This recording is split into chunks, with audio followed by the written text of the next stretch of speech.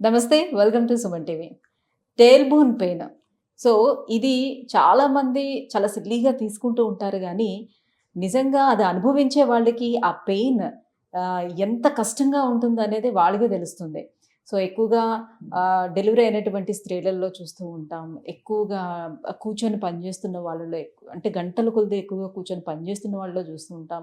So, ఏంటి ఈ tail bone pain ఎందుకొస్తుంది? ఎలాంటి సందర్భాల్లోని మనం చూస్తాం? దానికి ఫ్రాక్చర్ ఏ సందర్భాల్లో జరుగుతుంది?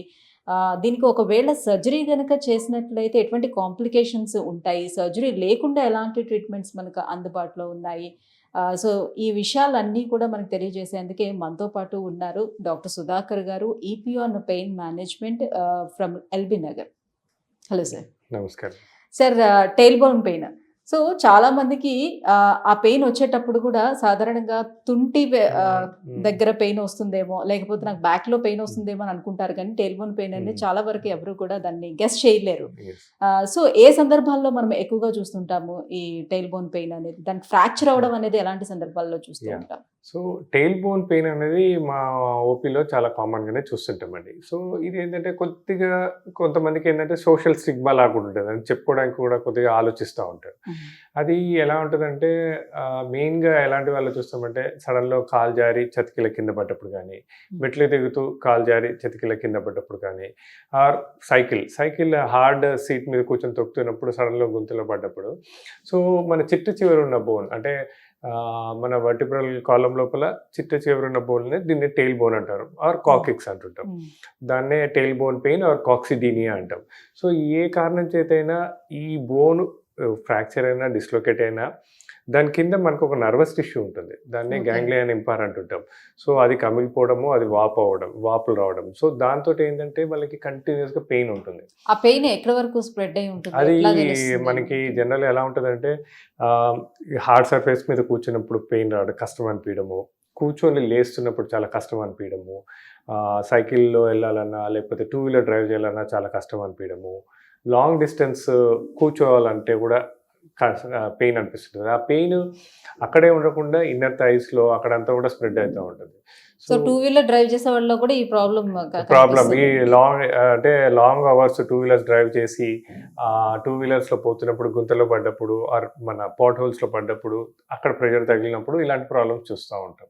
సో, ఇంకోటి ఏంటంటే లేడీస్‌లో ఏంటంటే డెలివరీ అప్పుడు బిగ్ బేబీస్ వజైనల్ డెలివరీ అయినప్పుడు దాని కింద ఉన్న నర్వస్ టిష్యూ కొద్దిగా డ్యామేజ్ అయ్యే ఛాన్స్ ఉంటది. ఆర్ ఇక్కడ కొద్దిగా డిస్‌ప్లేస్‌మెంట్ అయ్యే ఛాన్స్. సో, అప్పుడు కూడా వాళ్ళకి కంటిన్యూయస్‌గా పెయిన్ వస్తా ఉంటుంది. సో, పోస్ట్ డెలివరీ కొంతమందిలో చూస్తా ఉంటాం ఇది కామన్‌గా. సో, అది వాళ్ళ సింప్టమ్స్ అన్నీ సింపుల్ అంటే మెయిన్‌గా హార్డ్ సర్ఫేస్ మీద కూర్చోవాలన్నా కష్టము, కూర్చొని లేవాలన్నా కష్టము, లాంగ్ డిస్టెన్స్ ట్రావెల్ చేయాలన్నా కష్టం అని చెప్తా ఉంటారు. ఓకే. అంటే లైక్ ఇది బ్యాక్ పెయిన్ లాగా అనిపిస్తూ ఉంటుందా? లేకపోతే మనం కూర్చున్న ఆ సీట్ పైన ఆ! పెయిన్ వస్తూ ఉంటుందా? లేకపోతే కిందకి కూడా ఆ పెయిన్ అంటే అనేది స్ప్రెడ్ ఇది అవుతూ ఉంటుందా కాళ్ళకి? మెయిన్‌గా లో బ్యాక్ పెయిన్, మెయిన్‌గా కూర్చున్న సీట్ దగ్గరే ఎక్కువ పెయిన్ ఉంటది. టిపికల్ సిమ్టమ్ ఏంటంటే కూర్చున్నప్పుడు కింద సర్ఫేస్‌లో అక్కడ పెయిన్ వస్తుంది అని చెప్తారు అది. That is more typical. నడుస్తున్నప్పుడు, నిలబడున్నప్పుడు ఆ పెయిన్ అది ఎక్కువ ట్రబుల్ చేయదది. సో, మోర్ కామన్ సిమ్టమ్ ఏంటంటే కూర్చున్నప్పుడే. And that too hard surface మీద కూర్చున్నప్పుడు పెయిన్ అని చెప్తుంటారు. సో, లక్షణాల విషయానికి వచ్చేటప్పుడు పెయిన్ ఏ రకంగా ఉంటుంది ఏంటి దాన్ని బట్టి కనుక్కొని మనం అప్రోచ్ అవ్వడమే ఉంటుంది.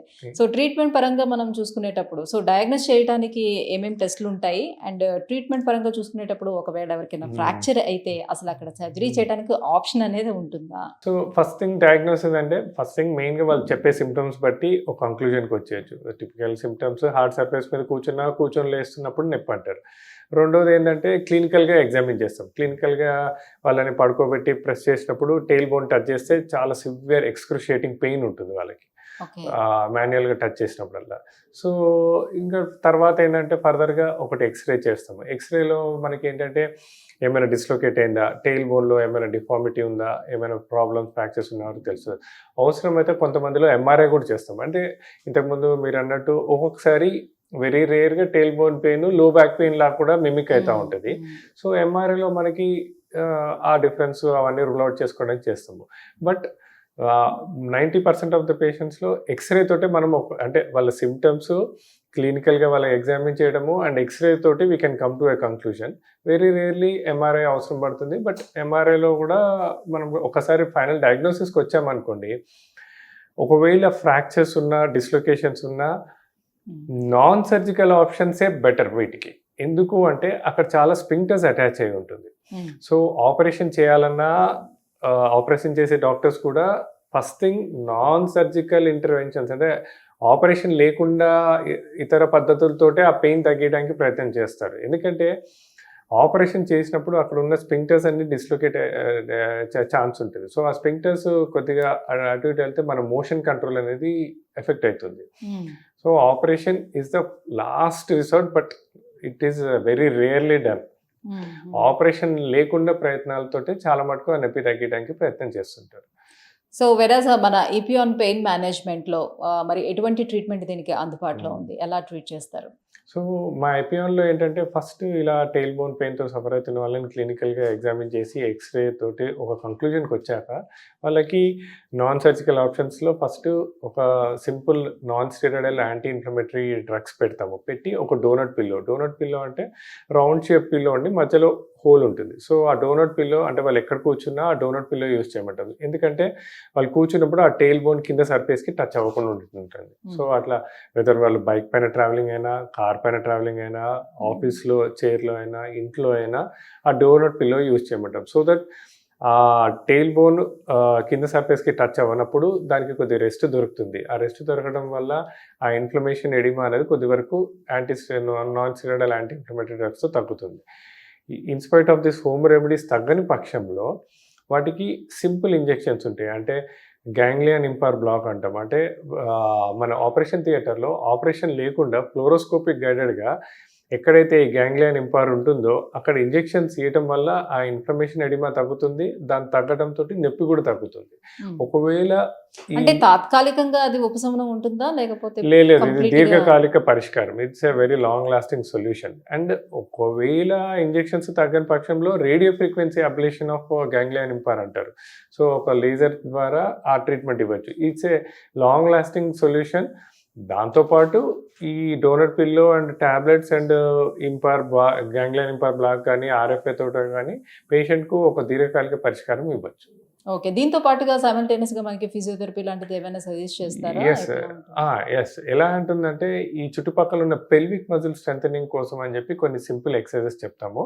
సో ఆ సింపుల్ ఎక్సర్సైజెస్ చేసుకొని పెల్విక్ స్ట్రెంథనింగ్ చేసుకొని పెల్విక్ ఫ్లోర్ మజిల్ స్ట్రెంథనింగ్ చేసుకుంటే, ఎందుకంటే ఆ గ్యాంగ్లియన్ ఇంపైర్ ఎప్పుడైతే బాగా ఇన్ఫ్లేమ్డ్ అవుతుందో ఆ మజిల్స్ అన్ని స్పాజమ్స్లోకి పోవడము, మజిల్స్ అన్నీ కొద్దిగా అట్రోఫిక్ అవ్వడం ఉంటాయి. సో మనము పెల్విక్ ఫ్లోర్ స్ట్రెంథనింగ్ ఎక్సర్సైజెస్ అవన్నీ కూడా నేర్పిస్తాము. సో ఇలా ఒక మల్టీమోడల్ అప్రోచ్ అంటే టాబ్లెట్స్, డోనట్ పిల్లో, ఈ ganglion impar block and then pelvic floor strengthening exercise ద్వారా ఒక దీర్ఘకాలిక పరిష్కారం టెయిల్ బోన్ పెయిన్తో సఫర్ అయ్యే వాళ్ళకి ఇవ్వచ్చు. సో సర్జరీకి వెళ్ళేదానికన్నా బెటర్ ట్రీట్మెంట్ సో ఇంజెక్షన్ తీసుకోవటం, అట్ ద సేమ్ టైమ్ ఇంకొక ట్రీట్మెంట్ ఏం చెప్పారు? Radio frequency ablation. Radio frequency ablation కూడా తీసుకుంటే దీనికి శాశ్వత పరిష్కారం కూడా దొరికే అవకాశం ఉంటుంది. సో పోస్ట్ ట్రీట్మెంట్ తర్వాత వాళ్ళు తీసుకోవాల్సినటువంటి ప్రికాషన్స్ ఏముంటాయి?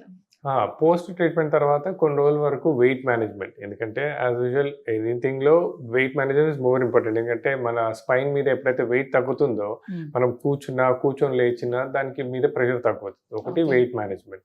రెండోది ఇంతకుముందు చెప్పినట్టే ఈవెన్ ఆఫ్టర్ ఇంజెక్షన్స్ కొన్ని రోజుల వరకు ఆ డోనట్ పిల్లోని కంటిన్యూ చేయబట్టం. ఎందుకంటే ఆ ఇన్ఫ్లమేషన్ ఎడిమా తగ్గడానికి. మూడోది పెల్విక్ ఫ్లోర్ స్ట్రెంథనింగ్ ఎక్సర్సైజ్ చేసుకోవడం. సో సింపుల్ ప్రికాషన్స్ తోటి నాన్ సర్జికల్గా ఇలా సఫర్ అవుతున్న వాళ్ళకి ఒక మంచి సొల్యూషన్ అవైలబుల్ ఉంది. Thank you doctor, thank you so much. So tail bone pain తోటి ఎవరైతే సఫర్ అవుతున్నారో వాళ్ళు సర్జరీ వరకు వెళ్లాల్సిన అవసరం లేకుండా నాన్ సర్జికల్గా ఎటువంటి ట్రీట్మెంట్స్ మన దగ్గర అందుబాటులో ఉన్న ఈ విషయం తెలియజేసినందుకు thank you so much. Thank you.